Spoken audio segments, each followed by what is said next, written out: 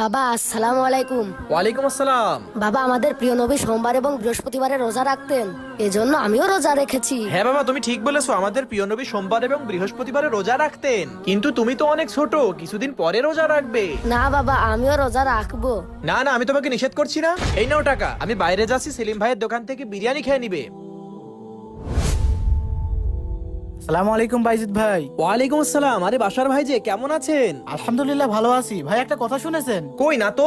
ভাই? আমাদের মহল্লায় সেলিমের বিরিয়ানিতে কুকুরের মাংস পাওয়া গেছে। যারাই খেয়েছে তাদেরই হসপিটালে ভর্তি করা লেগেছে। কি বলছেন ভাই? আমি তো এইমাত্র আমার ছেলেকে বিরিয়ানি খাওয়ার জন্য টাকা দিয়ে আসলাম। কি বলছেন? তাড়াতাড়ি বাড়িতে যান। হ্যাঁ, আমি এক্ষুনি যাচ্ছি। আব্দুর রহমান, তুমি ঠিক আছো তো? হ্যাঁ, আমি তো একদম ঠিক আছি। কেন, কি হয়েছে? তুমি নিজ থেকে সেলিম ভাইয়ের বিরিয়ানি খাওনি? বাবা, আমি তোমাকে বলেছিলাম না আমি রোজা রাখবো, তার জন্য আমি সেলিম ভাইয়ের বিরিয়ানি খাইনি, কারণ আমি রোজা রয়েছি।